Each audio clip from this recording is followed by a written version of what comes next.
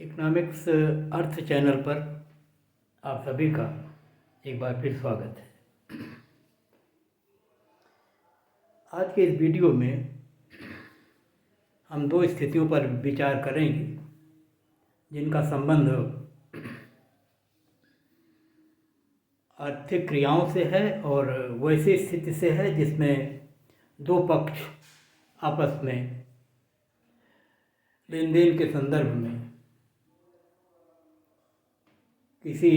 Contract या agreement पर पहुंचते हैं। यहाँ पर हम बता दें आपको कि जब दो पक्षों में कोई भी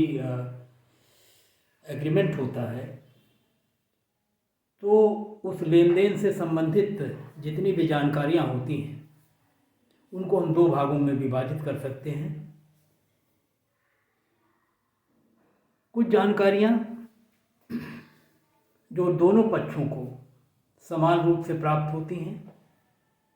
अर्थात संपूर्ण जानकारी दोनों पक्ष को एक जैसी प्राप्त होती है। ऐसा नहीं होता कि किसी पक्ष को ज़्यादा जानकारी हो और दूसरे पक्ष को कम जानकारी हो। इसको हम लोग कहते हैं कि जो सूचनाएं हैं, जो उस लेन देन के संदर्भ में ज्ञान है, वो सिमेट्रिकल है, सममित है, दोनों को समान रूप से ज्ञात है। कई बार ऐसा होता है कि दोनों पक्षों के बीच में जो लेन देन से संबंधित विभिन्न पहलू हैं उनमें किसी एक पक्ष को ज़्यादा जानकारी होती है और दूसरे पक्ष को उतनी जानकारी नहीं होती। ऐसी स्थिति को हम लोग कहते हैं यहाँ पर जो इन्फॉर्मेशन है वो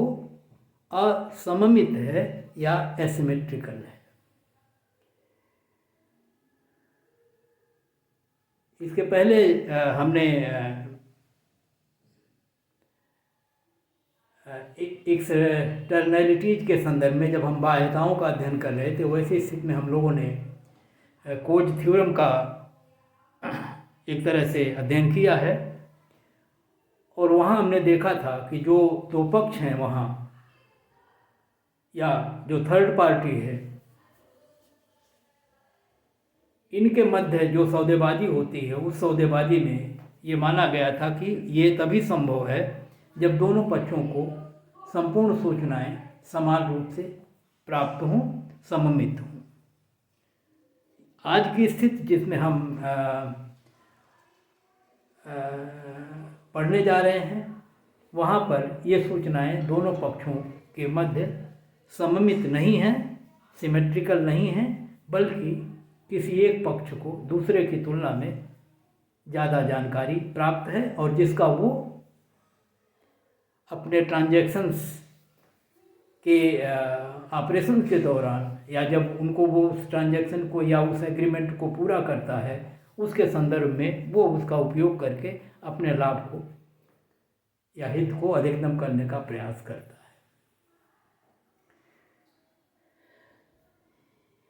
यहाँ पर जो एग्रीमेंट होता है उसमें कुछ ऐसी भी बातें हो सकती हैं जो दोनों पक्षों ने एक दूसरे के विश्वास पर छोड़ रखा हो, छोड़ दिया हो,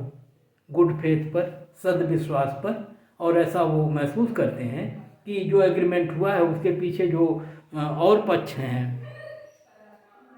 वहाँ पर संबंधित पक्ष जो है वो उचित कार्यवाही करेगा, कोई अनुचित कार्य नहीं करेगा। तो जो उचित है उसको हम कहते हैं, ये एक तरह से नैतिक है, मॉरल है, उनका नैतिक दायित्व है कि वो जो ट्रांजैक्शन से संबंधित जो होना चाहिए, जिस प्रकार की क्रिया, जिस प्रकार की प्रतिक्रिया, वो वैसा ही करेंगे, उसके विपरीत नहीं करेंगे। लेकिन अगर कोई ऐसा करता है तो कहा जाएगा कि ये जो है बैड बिलीफ हो गई, एक तरह से उसने जो करना चाहिए था वो न करके कुछ ऐसा किया जो उसके तो पक्ष में है, लेकिन दूसरे पक्ष के प्रतिकूल है, जो उसे नहीं करना चाहिए था। और तब हम कहते हैं कि ये मॉरलिटी के अगेंस्ट है, ये नैतिकता के अगेंस्ट है। उस लेन देन से संबंधित जो दोनों पक्षों से नैतिकता को उम्मीद की जाती है, उसके ये विपरीत है। तो जब ये ट्रांजैक्शंस होते हैं, तो वैसी स्थिति में अगर कोई एक पक्ष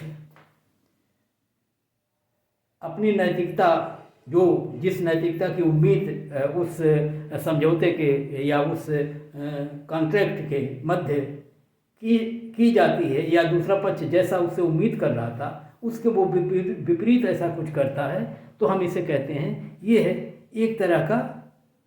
जोखिम है। जोखिमी संदर्भ में है कि जैसी उम्मीद उससे की जा रही थी, जो उसको करना चाहिए था, या जो मॉरलिटी है, या जो बिजनेस की, उसको वो निभाएगा। अगर वो उसको कहीं से तोड़ देता है, उसके प्रतिकूल जाता है, तो वैसी स्थिति में दूसरे पक्ष को नुकसान होगा। और यही रिस्क है कि अगर ऐसा कोई करे तो, और अगर ऐसा कोई करता है तो इसको एक नाम दिया गया और कहा गया ये मोरल हैजार्ड है, मोरल हैजार्ड।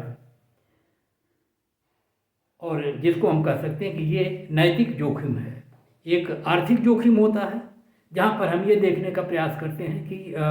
जो हम काम करने जा रहे हैं उसमें जब ये संपादित होगा तो हमें कितना लाभ हानि होगी, इस तरह से अनुगणन करते हैं और ये रिस्क उठाने का काम करते हैं। लेकिन ये जो जोखिम है ये मॉरल है। भले ही इसका जो परिणाम है वो आर्थिक होगा, लेकिन जिस व्यवहार की उम्मीद इन संबंधित पक्षों से की जा रही थी, अगर वो उसके विपरीत एक्ट करते हैं तो ये मॉरल हैजार्ड कहा जाएगा। तो इस दृष्टि से ये मॉरल हैजार्ड जो है बहुत महत्वपूर्ण है। तो मॉरल हैजार्ड में मैंने यहाँ संक्षेप में कुछ उसकी बातें लिख रखी हैं, जो आप देख सकते हो। तो मॉरल हैजार्ड में दो पक्ष होंगे जो आपस में किसी तरह का एग्रीमेंट करेंगे लेन देन के संदर्भ में। अब दूसरी बात यहाँ हो गई कि ये जो लेन देन होगा उसमें ये रिस्की है, हाईली रिस्की है। और अगर उस रिस्क में एक पक्ष को, जिसको हमने कहा कि ज़्यादा जानकारी है, उसको ये पता है कि अगर इस तरह का रिस्क आता है या होता है तो इसका नुकसान उसे नहीं मिलेगा, बल्कि ये किसी दूसरे पक्ष पर जाएगा या संबंधित पक्ष पर जाएगा। और ऐसी स्थिति में वो उस हाईली रिस्क को उठाने के लिए तैयार हो जाता है। तो और ये उसे पता है कि इस रिस्क के जो दुष्परिणाम होंगे वो उसके ऊपर नहीं आएंगे, बल्कि किसी दूसरे पर या दूसरे पक्ष पर जाएगा। और ऐसी स्थिति में वो उस रिस्क को वहन करने के लिए तैयार हो जाता है। तो जाहिर है कि इसका परिणाम, क्योंकि उसको जानकारी ज़्यादा है और एकदम बिल्कुल वो निश्चिंत है, और ऐसी स्थिति में वो इस तरह के रिस्क को अपने उस ट्रांजैक्शंस में स्वीकार कर लेता है, जो दूसरे पक्ष को पता नहीं होता। तो ऐसी स्थिति में दो पक्ष होंगे, दोनों पक्षों को जो उस ट्रांजैक्शन या लेन देन के संदर्भ में जानकारी होगी वो समान नहीं होगी, एक को ज़्यादा होगी एक को कम होगी, ये असममित जानकारी होगी, एसिमेट्रिकल होगी। और जो ट्रांजैक्शंस है उसमें हाईली रिस्क इन्वॉल्व है, और इस रिस्क इन्वॉल्व जो है उसके संदर्भ में एक पक्ष को, जिसको ज़्यादा जानकारी, उसको ये पता है कि इस रिस्क का दुष्परिणाम उसके ऊपर नहीं आने वाला है, और ऐसी स्थिति में वो उस तरह के रिस्क को ट्रांजैक्शंस में एक्सेप्ट करता है। तो और चौथा हमने जैसे लिखा है, the cost of risk incurred by other party, ये उसे पता है, विश्वास है कि जो भी नुकसान होगा वो दूसरे का होगा, मेरा नहीं होगा, अगर मैं इस रिस्क को एक्सेप्ट कर लेता हूँ तो। और उस स्थिति में वो करता क्या है कि प्रोटेक्टेड फ्रॉम रिस्क इन्वॉल्व, इसका मतलब जो रिस्क इन्वॉल्व है उस ट्रांजैक्शंस में वो उससे प्रोटेक्टेड है, ऐसा वो महसूस करता है या विश्वास है। और जब ऐसा हो जाता है, कन्फर्म कि विश्वास है उसे कि इस क्रिया का जो परिणाम होगा या दुष्परिणाम होगा या जो इससे हानि होगी वो उसे नहीं होनी है। इसलिए अब अपने लाभ को या अपने हित को अधिकतम करने की दृष्टि से वह इस तरह के या कुछ ऐसे कार्य करेगा जो एग्रीमेंट में अपेक्षा नहीं की जाती या जो नैतिक नहीं है, और वो अपने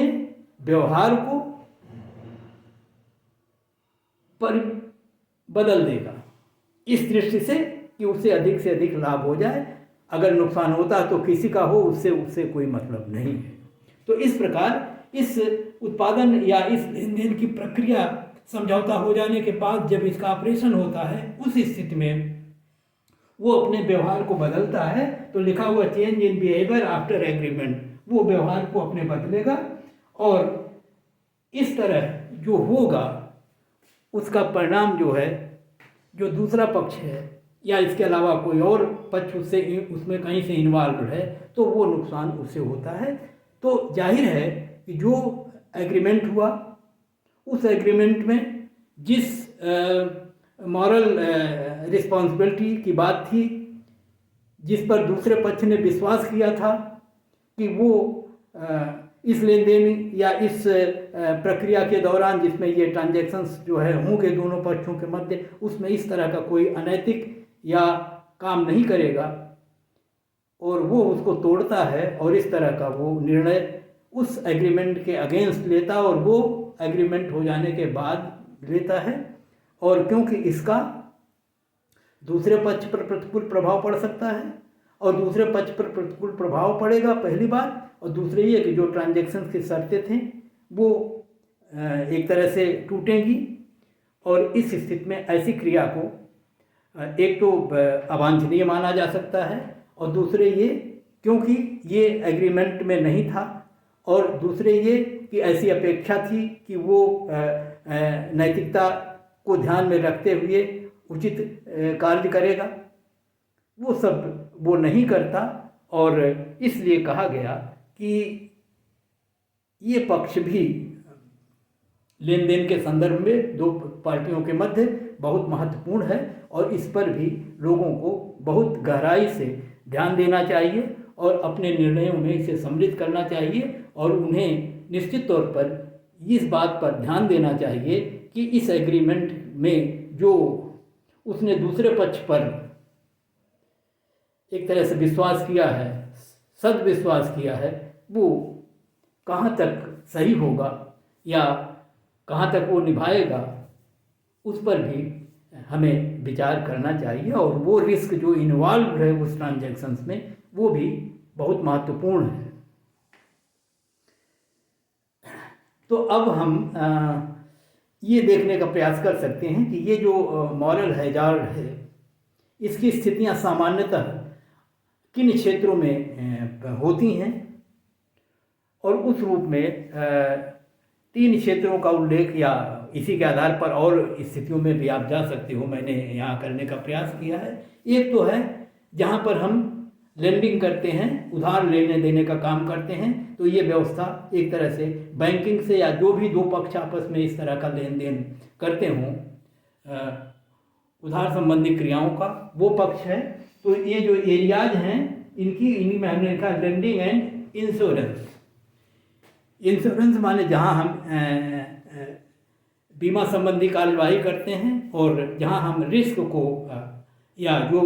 भविष्य में किसी भी लेन देन या किसी भी आर्थिक क्रिया में जोखिम है उन्हें समाप्त करने की दृष्टि से हम बीमा करवाते हैं उस आर्थिक क्रिया या उस लेन देन का। तो वैसी स्थिति में जो कस्टमर हैं और जो बीमा की कंपनियां हैं इनके बीच जो सौदेबाजी या जो एग्रीमेंट या जो कॉन्ट्रैक्ट हो गए उस कॉन्ट्रैक्ट में भी इसकी या मॉरल हैजार्ड की स्थितियां उत्पन्न होती हैं और वहाँ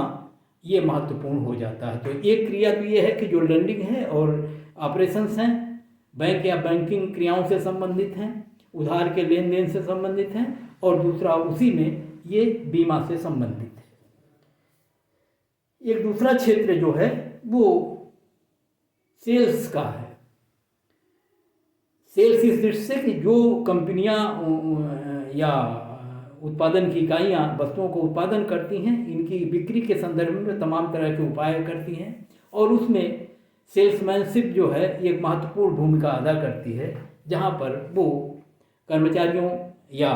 बिक्री यदि ये कर्मचारियों के माध्यम से अपने वस्तुओं का विपणन करती हैं। और वैसी स्थिति में वो जब हायर करती हैं सेल्समैन को, वैसी स्थिति में उस सेल्समैन को कितना वो भुगतान करेंगी, कैसे भुगतान करेंगी, उसका व्यवहार इस दौरान कैसा होगा, क्योंकि कॉन्ट्रैक्ट पहले होगा और कार्य वो आगे करेगा। और वैसी स्थिति में कहीं ऐसा ना हो कि वो जो ये मॉरलिटी को अपने वो कहीं एक तरह से कह दें छोड़ दे, अर्थात जो उम्मीद हम उससे कर रहे थे वो अपने कार्य के दौरान वैसा न निभाए, और अगर नहीं करता है तो वहाँ पर बिक्री की मात्रा पर, बिक्री से होने वाली आय पर ये सब दुष्परिणाम या प्रभाव पड़ेंगे, जिसका प्रभाव इस जो लेन देन की क्रिया है उस पर पड़ेगा।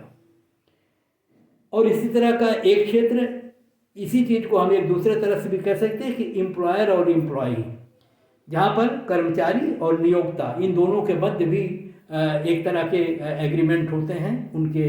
मजदूरियों को लेके, कार्य के घंटों को लेके या इस तरह के तमाम चीज़ें, और उनके मध्य भी नैतिकता बहुत महत्वपूर्ण होती है। और वहाँ भी अगर कहीं भी से भी नैतिकता कोई तोड़ता है, चाहे वो एम्प्लॉई का पक्ष हो चाहे वो एम्प्लॉयर का पक्ष हो, तो आर्थिक क्रिया पर इसके दुष्परिणाम पड़ते हैं। और हम उसको आगे के उदाहरणों में देखने का प्रयास करेंगे कि हम इस मॉरल हैजार्ड को, ये जो नैतिकता का जोखिम है या जो नैतिक जोखिम है हमारी आर्थिक क्रियाओं के मध्य, उनको हमें ध्यान में रखना होगा। और वो एक बहुत महत्वपूर्ण अंग हैं इस आर्थिक क्रिया के और लेन देनों के, और इस नाते उन्हें इग्नोर नहीं किया जा सकता। अब हम कुछ उन स्थितियों पर ध्यान देने का प्रयास कर सकते हैं जहाँ पर हम ये देखने का प्रयास करें कि ये मॉरल हैजार्ड कब उत्पन्न होते हैं, क्यों उत्पन्न होते हैं। और उस स्थितियों में एक मैं अगर इस रूप में देखूं कि अगर हम किसी इंश्योरेंस कंपनी की बात करें, जहाँ पर हम अपने किसी भी जो रिस्क या जोखिम से भरी हुई जो हमारी कोई भी क्रिया है या कोई भी घटना है, परिणाम है, वो है, उसको हम इंश्योर्ड कराते हैं। एक्सीडेंट से दूर हो या आग लगने या फायर से हो या चोरी की कोई घटना होने से हो, ऐसी स्थितियों में हम इंश्योरेंस करा के इससे बचना चाहते हैं। तो ऐसी स्थितियों में दो पक्ष है, एक कस्टमर है और दूसरा बीमा कंपनी है। और इन दोनों कंपनियों के बीच में जो कॉन्ट्रैक्ट होंगे वो दोनों इस दृष्टि से देखेंगे, वो देखेगा कि हमें जो है जो कि हमारी कार या हमारी जो मकान है या हमारी दुकान है, जो कुछ भी है, वो दुर्घटना का शिकार कब हो सकती है, उसकी कितनी स्थितियां कैसी हो सकती हैं और हम इस पर कैसे बच सकते हैं बीमा कंपनी में प्रीमियम चुका के। तो अब चोरी की दशाएं उस क्षेत्र की कैसी हैं, आग लगने की दुर्घटनाएं की संभावनाएं क्या हैं, या फिर अगर हम स्वास्थ्य की बात करें तो हम ये देखेंगे कि अगर कोई व्यक्ति का स्वास्थ्य कैसा है। और इस संदर्भ में दोनों पक्षों को बराबर जानकारी नहीं होगी। कई बार बीमा कंपनी को ज़्यादा जानकारी होगी और कुछ ऐसी भी स्थितियाँ हो सकती हैं जिसमें वैयक्तिक तौर पर संबंधित व्यक्ति को ज़्यादा जानकारी हो। जैसे अगर हेल्थ का कोई बीमा होना हो तो किसी व्यक्ति का हेल्थ, तमाम ऐसे चीज़ें उससे हेल्थ से संबंधित होगी जो बीमा कंपनी नहीं जान पाएगी और वो व्यक्ति संबंधित जानता है। तो ऐसी स्थितियों में व्यक्ति को ज़्यादा जानकारी होगी। और तमाम ऐसी स्थितियां हैं कि दुर्घटना कितनी होती है, बीमा कंपनी को पिछले अपने अनुभव से और सारी स्थितियों से उससे ज़्यादा पता है। और वैसी स्थिति में उसको पता है कि चोरी की संभावना इतनी क्षीण है या इतनी हो सकती हैं, उसकी आग लगने की संभावना इतनी हो सकती हैं, लोगों के मरने जीने की संभावनाएं कितनी हो सकती हैं, वो अपने अनुभव से जानती है। तो कई बार और इस स्थिति में जो सब दोनों के बीच में जो एग्रीमेंट होगा उसमें एक को जानकारी कम और दूसरे को जानकारी ज़्यादा है, और दूसरे ये कि ये दोनों पक्ष अपनी मॉरलिटी को आगे कहाँ तक निभाएंगे, उस रिस्क को भी दोनों को ध्यान में रखना है। तो ऐसी स्थिति में जैसे मैं आपको ध्यान दिलाऊं कि अगर कोई व्यक्ति बीमा करा लेता है, मान लीजिए कार का बीमा करा लिया, और अब कहा जाता है कि वास्तव में जिस नैतिकता की बात बीमा कंपनी एक्सेप्ट कर रही, सोच रही है, वो ये सोच रही है कि जैसे कार की देखभाल पहले होती थी, जैसे कार जिस तरह से पहले चलाई जाती थी व्यक्ति वैसे ही चलाएगा। कभी अगर दुर्घटना हो गई तो बीमा कंपनी उसको भरपाई करेगी। लेकिन दूसरी ओर ये रिस्क है कि बीमा, ये जो कस्टमर है, कार जिसकी है, जिसने बीमा कराया है, उसके दिमाग में ये आ सकता है कि कार का तो बीमा है, कार अगर एक्सीडेंट में भी हो जाएगी तो पैसा हमें मिल जाएगा, इसलिए वो लापरवाही से गाड़ी चला सकता है, तेज़ स्पीड में चला सकता है, जिससे दुर्घटना होने की संभावनाएं ज़्यादा होंगी। तो ऐसी स्थिति में वो अपनी मॉरलिटी से हट गया। जिस तरह से सामान्य स्थिति में उसको रहना था वैसे रहना चाहिए, लेकिन अगर वो ऐसा करता है तो इसी तरह से अगर हमने कहीं पर आग से सुरक्षा पाने का बीमा कराया है, मकान का, दुकान का, किसी भी चीज़ का, और हम लापरवाह हो जाएं कि क्योंकि हम इंश्योर्ड हैं, इस नाते कहीं आग जल रही तो जल रही है, सो रहे हैं तो सोते हुए भी अपना वो कहिए कि सिगरेट पी रहे हैं और अगल बगल फेंक दे रहे हैं, जलेगा तो मिल जाएगा हर्जाना। तो ऐसे स्थिति में ये लापरवाहियाँ हो सकती हैं। और इसी तरह से जैसे बिजली के सर्किट्स हैं और बराबर हम लोग सुनते हैं कि सर्किट के कारण आग लग गई, और इस नाते वहाँ पर हम वो असावधान हो सकता है कि लग जाएगी तो बीमा है, हुआ है, पैसे मिल जाएंगे। तो ऐसी स्थितियों में ये जो है कहा गया, ये मॉरल हैजार्ड है कि अगर अपनी एक पक्ष अपनी मॉरलिटी को अगर जैसा उससे मॉरलिटी की उम्मीद कर रही थी वैसा नहीं करेगा, तो वैसी स्थिति में ये कॉन्ट्रैक्ट पर प्रतिकूल प्रभाव पड़ेंगे और एक पक्ष को नुकसान हो जाएगा, जिस नुकसान की न वो उम्मीद कर रहा था, क्योंकि गुड फेथ में उसने एक वो किया हुआ है। और इस रूप में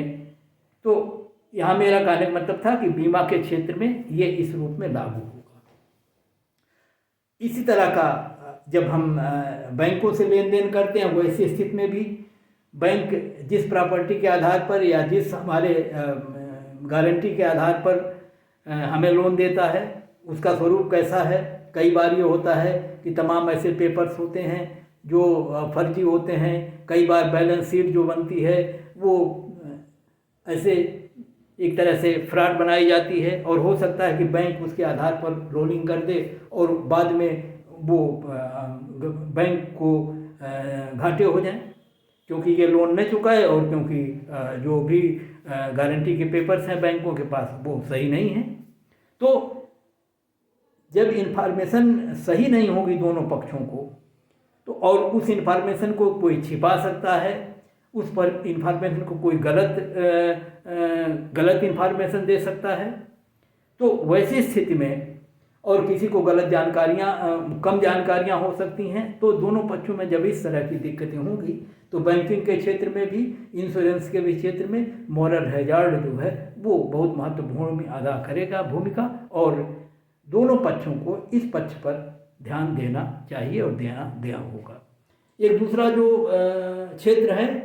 जैसे मैंने यहाँ लिख रखा है, वो है सेल्स पर्सन कंपनसेशन का। सेल्स पर्सन कंपनसेशन, जिसका मतलब सीधा सा है कि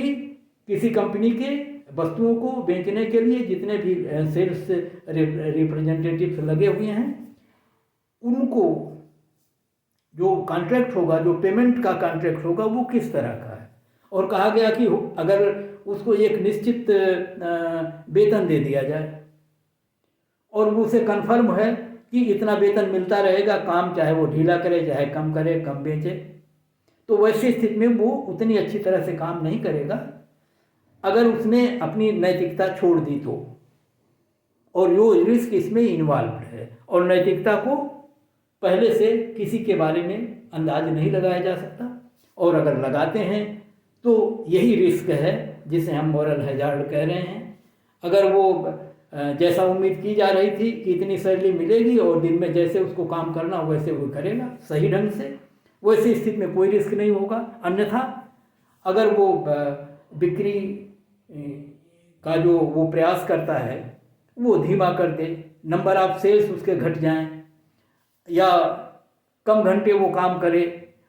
या छुट्टियां ले ले बीच में, क्योंकि सैलरी तो उसको प्रतिमाह इतनी मिलनी है निश्चित तौर पर, वैसी स्थिति में नुकसान होगा दूसरे पक्ष का। लेकिन अगर वो इस रूप में करे कि सेल्स के आधार पर उसको कमीशन मिलेंगे, सेल्स के आधार पर गिफ्ट मिलेगा, बोनस मिलेगा, सेल्स के आधार पर उसकी सैलरी डिसाइड होगी, तो वैसी स्थिति में जो है ये जो नैतिकता वाली दिक्कतें थी ये रिस्क थोड़ा कम हो जाएगा। और कई बार ऐसा भी किया जा सकता है कि एक बेस सैलरी मिनिमम मिलेगी, इसके अलावा सारे आपके परफॉर्मेंस पर पैसे दिए जाएंगे, तो इस रिस्क को इस रूप में घटाया जा सकता है। अन्यथा ये भी ध्यान रखते हैं लोग, रखना चाहिए कि ये जो मॉरलिटी का रिस्क है या मॉरलिटी का जो हैजार्ड है वो ध्यान में रखा जाए। इसी तरह की स्थितियाँ एम्प्लॉयर और एम्प्लॉई के संदर्भ में भी हो सकती हैं, जो एक तरह से यहाँ भी लागू हैं कि एम्प्लॉयर एम्प्लॉई जब आपस में इस तरह के एग्रीमेंट करते हैं तो दोनों पक्षों को जानकारियाँ बराबर अगर नहीं हैं और बीच में मॉरल हैजार्ड आता है, चाहे वो एम्प्लॉयर की ओर से हो कि वो अपनी नैतिकता से हट जाए ट्रांजैक्शन बाद में, और चाहे एम्प्लॉई की ओर से हो कि वो अपनी नैतिकता को छोड़े और कुछ ऐसे कार्य करे जिससे एम्प्लॉयर के आमदनी पर दुष्प्रभाव पड़े, तो दोनों स्थितियों में ये नुकसानदेह होगा किसी न किसी पक्ष को। और इस पर मॉरल हैजार्ड पर या जो नैतिक जोखिम है आर्थिक क्रियाओं में, या दो पक्ष जब आपस में लेन देन कोई करते हैं, उस स्थिति में ये हमारे लिए बहुत महत्वपूर्ण हो जाता है। अब एक शब्द और आता है, ये है एडवर्स सिलेक्शन। ये दोनों शब्द मिलते जुलते हैं, इसलिए दोनों को एक साथ लाने का प्रयास हमने किया है। एडवर्स का मतलब हम जानते हैं प्रतिकूल, जो हमारे अनुकूल न हो, हमारे विरुद्ध हो। और सिलेक्शन का मतलब हम चयन हमें करना है। जो दो पक्ष हैं उन दो पक्षों में दोनों पक्ष को समझौते करते समय, लेन देन करते समय, कॉन्ट्रैक्ट करते समय कुछ निर्णय लेने हैं, कुछ चुनाव करने हैं, तो इस रूप में ये सिलेक्शन हुआ। और ये सिलेक्शन अगर एडवर्स हो जाए किसी के, मतलब आपने जो निर्णय लिया है अपने हित के लिए लिया है और ये निर्णय आपके अगेंस्ट हो जाए, तो इसको हम कहते हैं एडवर्स सिलेक्शन। तो एडवर्स सिलेक्शन की स्थितियां उत्पन्न क्यों होंगी? ये तभी उत्पन्न होंगी जब इस लेन देन या इस कॉन्ट्रैक्ट या इस एग्रीमेंट से संबंधित जितनी जानकारियां हैं वो आपको सही न पता हो, पूरी न पता हो, आपको मिसलीड किया गया हो, मतलब आपको गलत सूचनाएं दी गई हों, तथ्य छिपाए गए हों, या तथ्य को एक तरह से जानबूझ के गलत रूप में दर्शाया गया हो, जिस किसी भी रूप में हो। ये सूचनाएं कहने का मतलब है दोनों पक्षों को समान नहीं है, एक पक्ष को ज़्यादा जानकारी है, दूसरे पक्ष को कम, या ऐसी स्थिति में जितनी जानकारी एक पक्ष को है वो कोई भी कारण हो, उसकी अज्ञानता हो, उसकी समझदारी में कहीं कमी हो, वो समस्याओं को या इस लेन देन के सारे पक्षों को जान नहीं पाया हो, आगे के बारे में सही अनुमान नहीं लगा पाया हो, जो कुछ भी स्थिति हो, लेकिन जो निर्णय उसने लिया इस स्थिति में, जब उसको इस तरह की जानकारियों के बीच ये निर्णय लेना है, तो वैसी स्थिति में जो वो सिलेक्ट करेगा ऑप्शंस एग्रीमेंट के, वो उसके प्रतिकूल जा सकते हैं। और अगर प्रतिकूल गए तो उसका परिणाम आगे उसके लिए अहितकर होगा, नुकसानदेह होगा। तो ये स्थिति भी वैसे ही है,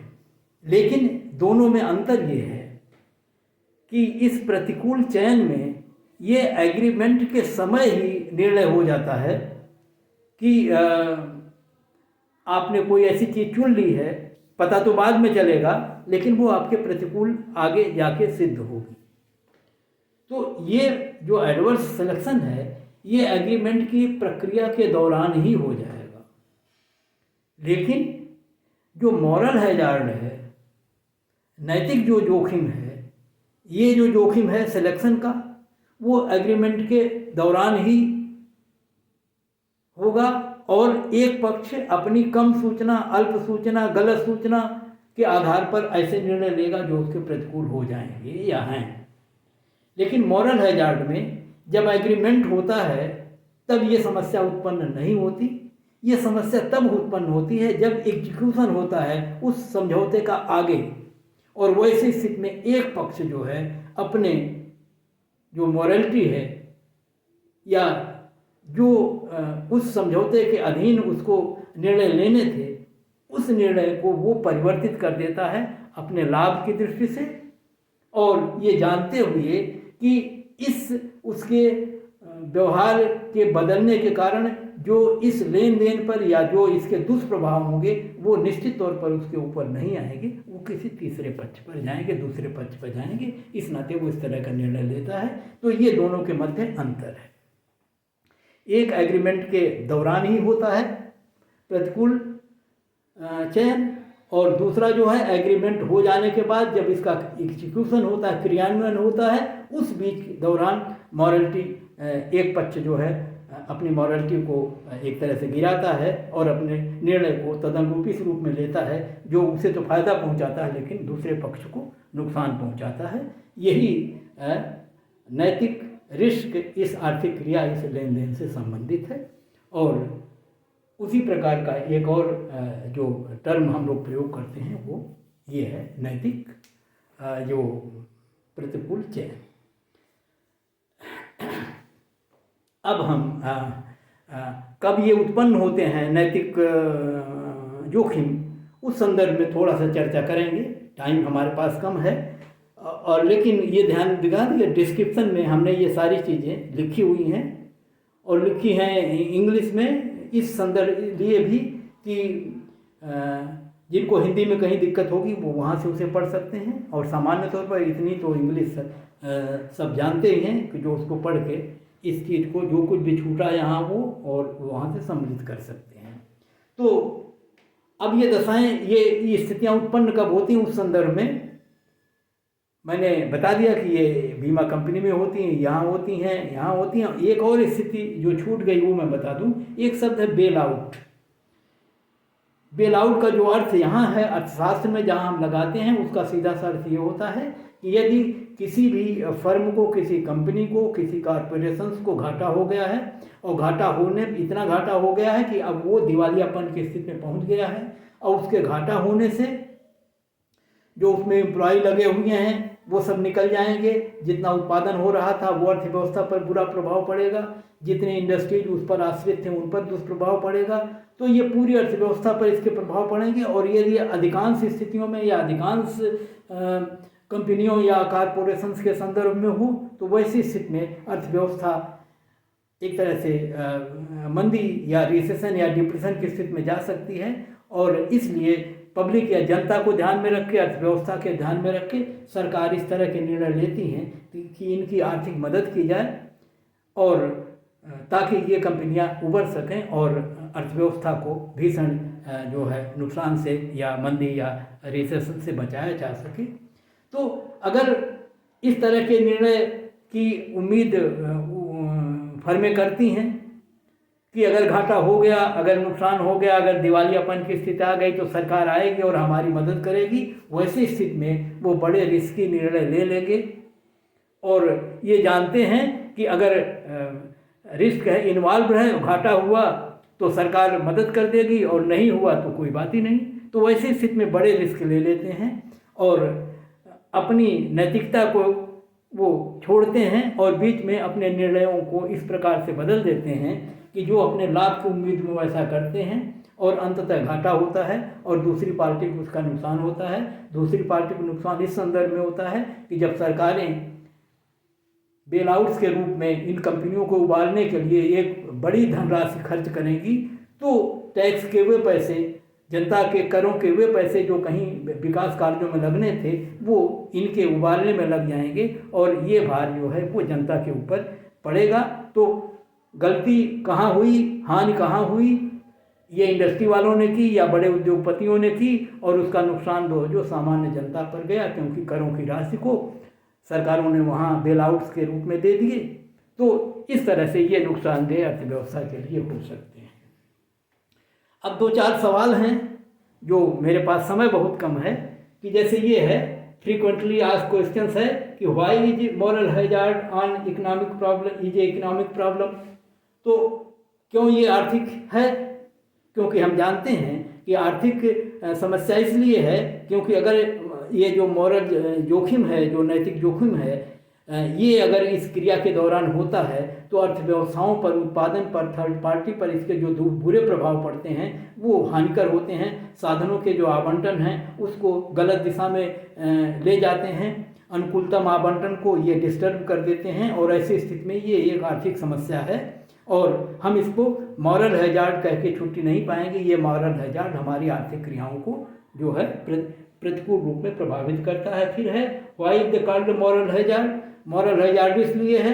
क्योंकि ये नैतिकता पर आधारित है, क्या करना चाहिए क्या नहीं करना चाहिए, और जो समझौते की शर्तें हैं उसको वो नहीं करता है और बीच में अपने व्यवहार को बदलता है। इस नाते ये नैतिक जोखिम है, उस नैतिक जोखिम का असर आर्थिक क्रियाओं पर पड़ता है। फिर है why is important for the business to anticipate moral hazard. आप जानते हैं कि मॉरल हैजार्ड को एंटिसिपेट करना जरूरी है क्योंकि अगर वो नहीं करता है तो उस रिस्क के कारण उसके उत्पादन पर इसके बुरे प्रभाव पड़ सकते हैं। और what is moral hazard problem, ये हम पीछे पढ़ चुके हैं पूरी, वहाँ से आप निकाल सकते हैं। और फिर ये मॉरल हैजार्ड और एडवर्स सिलेक्शन में डिफरेंस क्या है वो है, और इनको इस रूप में जब हम देख लेते हैं तो एक जो कंक्लूजन वो हमारे संदर्भ में आता है और हमने जब पढ़ा है तो इसके उत्तर उसके अध्ययन से निकल के हमारे समक्ष आ जाते हैं। तो डिस्क्रिप्शन पर देख लीजिएगा क्योंकि इस वीडियो का समय समाप्त हो रहा है, तो आज हम इसको यहीं छोड़ रहे हैं और हमें उम्मीद है कि मॉरल हैजार्ड या जो ये नैतिक जोखिम है और जो ये एडवर्स सिलेक्शन है उनके मध्य अंतर भी आप समझ गए होंगे और इस पूरी समस्या को भी हम समझ गए हैं। और